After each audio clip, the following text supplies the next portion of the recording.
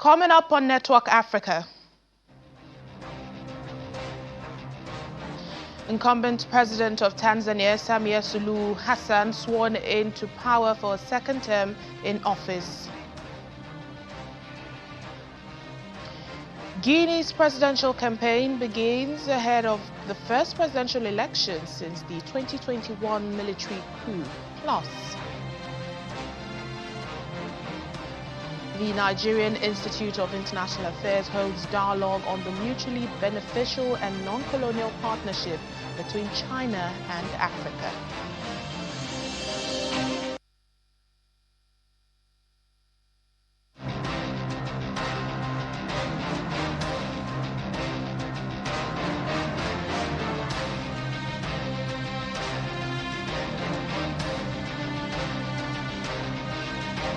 Hello and welcome to the program this week. I'm Layo Olarinde. Let's begin with stories and happenings that made headlines over the weekend.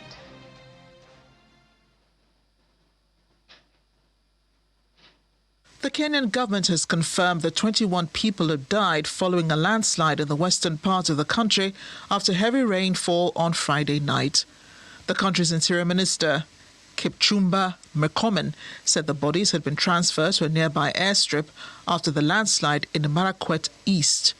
According to a statement he made on X, more than 30 people were still unaccounted for after being reported missing by their families, while 25 people with serious injuries have been airlifted to receive further medical attention. And in Cameroon, heavy police presence filled the north region of the country on Saturday as supporters of opposition candidate Issa Chiroma took to the streets to protest the delayed presidential election results and alleged vote manipulation. The mass demonstration erupted across the country last week over the country's disputed presidential election, resulted in deadly clashes in some places. According to local media, at least 4 people have been killed and dozens injured since the protests began.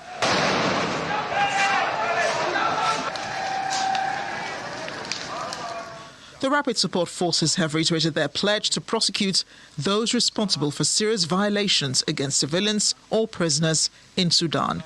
Speaking during a press conference on Saturday, the paramilitary group spokesperson, Lieutenant Colonel Al-Fateh Qureshi, characterized such incidents as isolated acts by individuals, asserting they do not reflect the force's policy.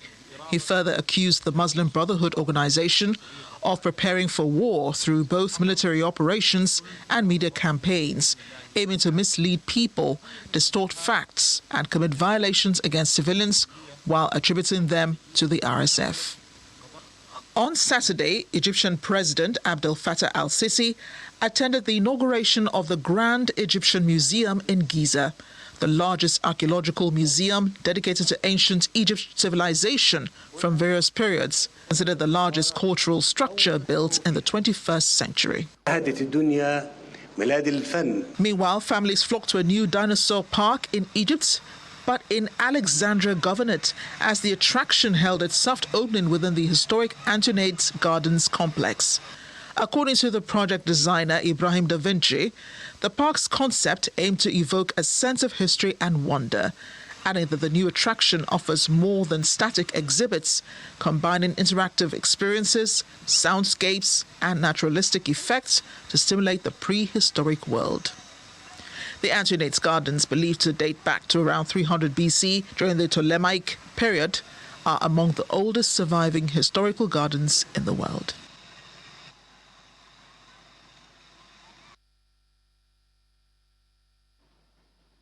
Tanzania's President Samia Suluhu Hassan has been sworn in for a second term in office amid tight security following an election marred by violent protests and rejection by the opposition, calling the election a sham. The inauguration ceremony was held at a military parade ground in the capital, Dodoma, instead of a stadium as in previous years. However, the ceremony was shown live on state TV. Madam Samia was declared the winner on Saturday with 98% of the vote. She faced little opposition, with key rival candidates either imprisoned or barred from running. International observers raised concerns about the transparency of the election and its violent aftermath, with hundreds of people reportedly killed. The authorities have sought to downplay the scale of the violence. Local media reports reports that it has been difficult to get information from the country or verify the death toll amid a nationwide internet shutdown in place since election day last Wednesday. Meanwhile, hundreds of passengers were stranded at Tanzanian airports this weekend after the president won the country's disputed election with more than 97% of the vote.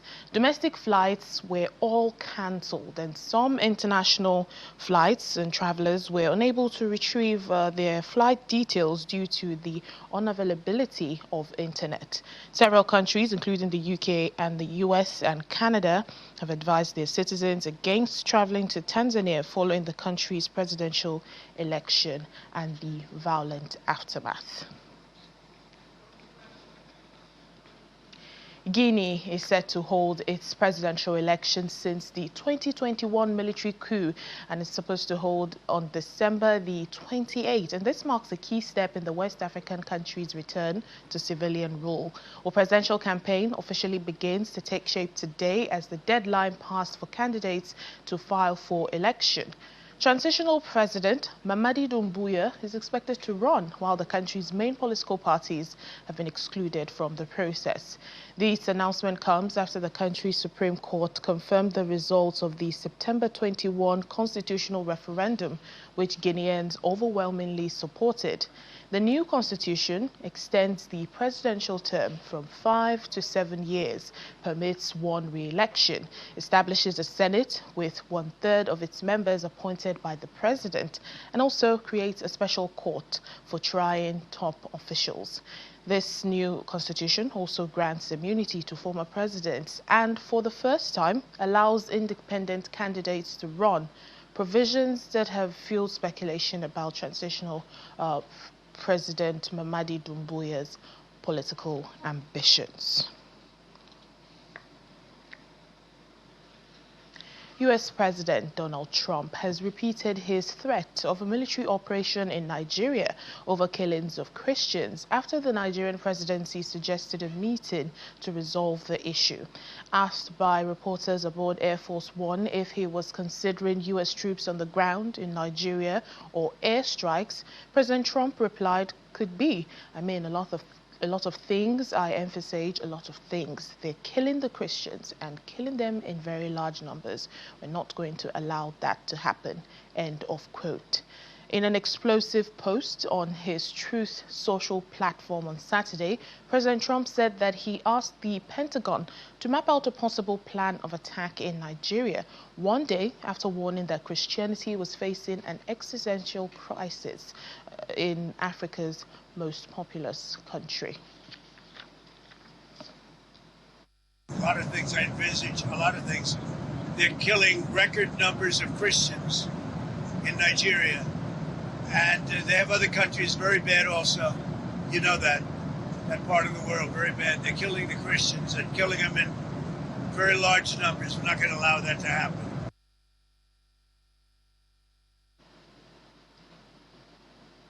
Or the traditional ruler of Lagos, Oba Rilwan Akiolu, who is also a retired Assistant Inspector General of Police, has faulted the U.S. President Donald Trump's claim over alleged persecution of Christians in Nigeria, saying he did not have correct intelligence information on the development. Akiolu, however, called for caution in handling the issue to avoid overheating the polity as well as to prevent further crisis erupting in the country. The Lagos monarch made the remarks during a media parley in Lagos Island as part of activities marking his 22 years on the throne. All of us has a duty. We should try to appeal to our leaders and our presidents in US. We should let them gather the correct intelligence for him. You know that. Àwọn tó ń ṣèṣekúṣe ìpàpà wọn yọ Christian, wọn yọ Muslim sílẹ̀ o. So what they are telling him is not so at all. Or the recent decision by the U.S. President Donald Trump to label Nigeria a country of particular interest should be taken by the Nigerian government to do more security-wise to protect her citizens.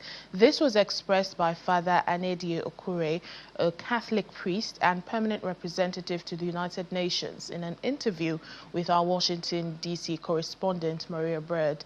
He says that while the Nigerian government may be concerned with cleaning up her image, focus on saving lives should be of higher priority. The announcement has taken many Nigerians by shock, and as someone said, oh, well, maybe it's a good thing, let's see what we can do. But there's a shock that it takes Washington to make that announcement, that pronouncement publicly. So let me go take a historical approach to see how people will come to that conclusion. The issue has lasted over 15 years. Mm-hmm. And there has been a direct target at Christians.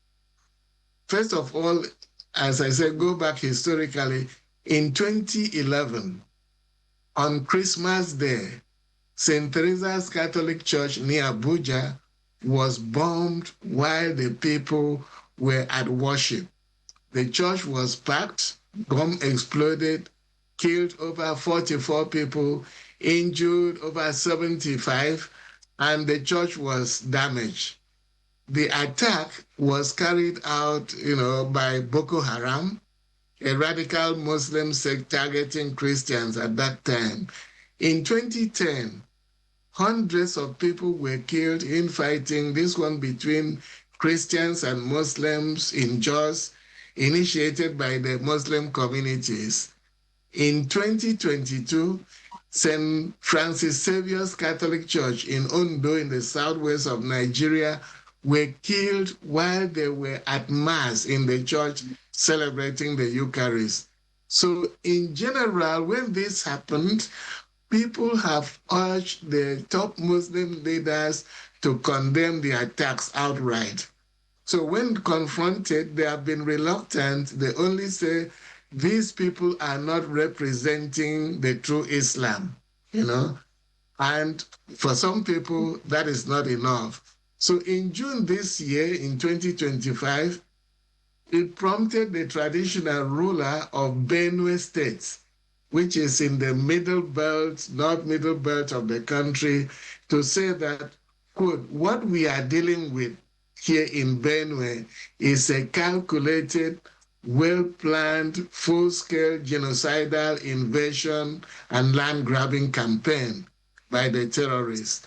So when you look at the fact that, one, Boko Haram is a Muslim group, two, the Fulani herdsmen are a Muslim group, three, ISWAP, the Islamic State of West Africa, is a Muslim group, you can see how and why one can easily make the conclusion that this is a genocide targeted at Christians. Are Muslims killed by this group? Yes, yes, and yes, certainly.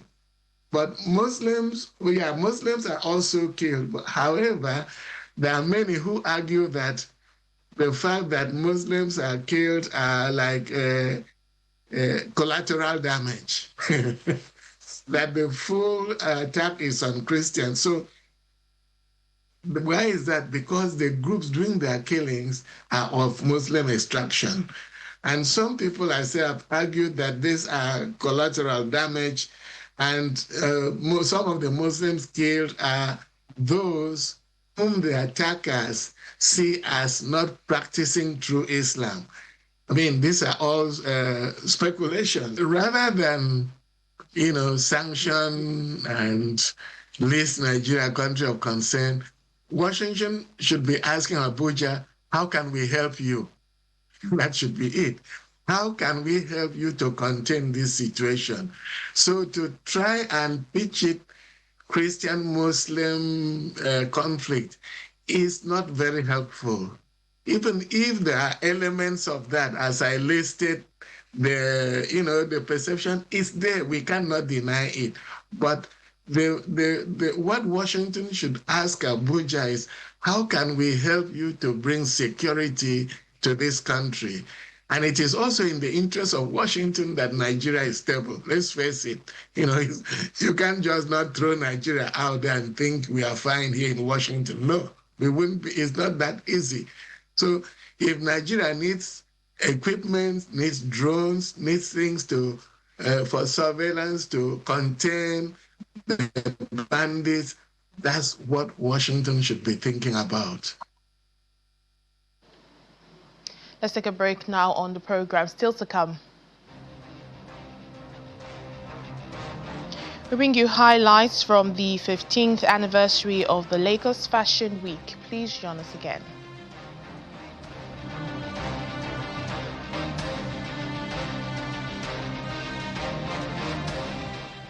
Welcome back to the program. The Nigerian Institute of International Affairs has held a dialogue on China-Africa cooperation under Biya and FOCAC. The dialogue was had among research fellows at the Institute who presented papers addressing the above topic. Our Foreign Affairs correspondent, Amarachi Ubani, reports. The dialogue was had at the Louis Mbanefo Rotunda at the Nigerian Institute of International Affairs in Lagos. Researching and presenting this information. Research fellows dug deep to present papers focused on mutual beneficial and non-colonial partnership, the engine of the global multipolarity and governance forum, economic transformation and development impact, building a parallel economic ecosystem, and the commitment to green development between China and Africa. The directors of research and studies at the Institute tackled the issue of China and global governance in Africa and China's private sector engagement. China's involvement in groups like the UN, the World Trade Organization, BRICS, and the Asian Infrastructure Investment Bank shows that China is serious about what it calls reformed multilateralism. Reformed multilateralism. And the second instrument that China uses to facilitate global governance is the Belt and Road Initiative, apart from FOCAC too. So in all of these areas, Beijing promotes ideas of sovereignty, non-interference, and mutual benefits that are different from the way Western donors give aid, which in most cases come with conditions and conditionalities. But Africa's involvement is not just passive acceptance, but African governments have figured out how to use their ties with China to push for their own goals and representation and reforms, especially at the level of the United Nations Security Councils and other international financial institutions. The plan of action, the last 2025, the last FOCAC, which is the Beijing Summit 2025, 3.341 says China will continue to work to strengthen the confidence of Chinese enterprises in investing in Africa and further increase investment in and technology transfer to Africa. That is what the Chinese government said. The China-Africa Development Fund, CAD Fund, will continue to play an important role in this regard. Now, section 5.2.4 says the Chinese government will continue to encourage Chinese enterprises to invest in Africa. 5.2.7 says China supports Chinese enterprise in expanding investment in Africa's trade, supply chain, green industrial chain, modern service, medium and high-tech manufacturing, information, communication industries, energy and electricity, and digital infrastructure, and will encourage them to promote recruitment and training of local jobs.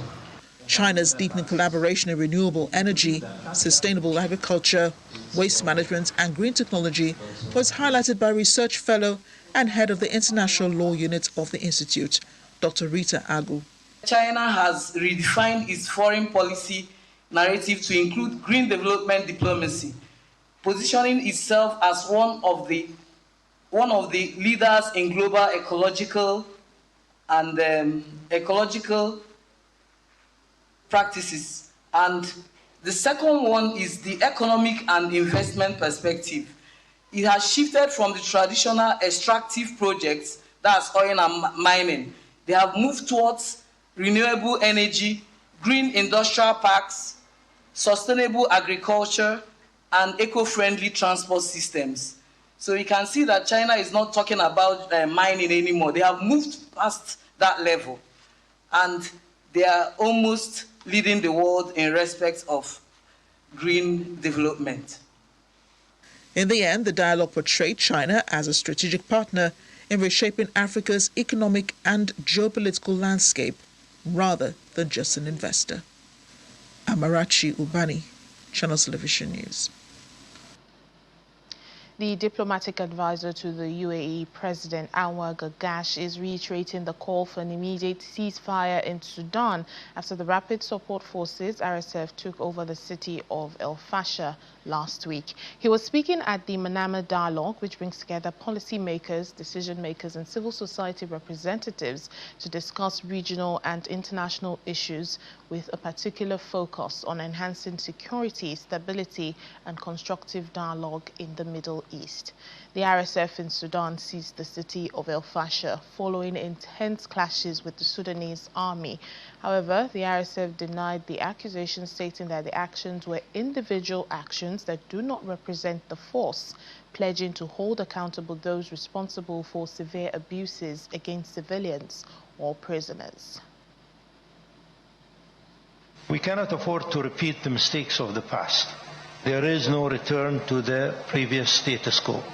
The only sustainable path forward is one rooted in partnership, regional cooperation, economic integration, and political dialogue that transcends all rivalries. The UAE's own foreign policy is guided by this belief. We seek to build bridges, to create spaces where cooperation is possible, even amidst political differences. We look to find the common good in economic cooperation and investment that leads to tangible improvements in the lives of our peoples.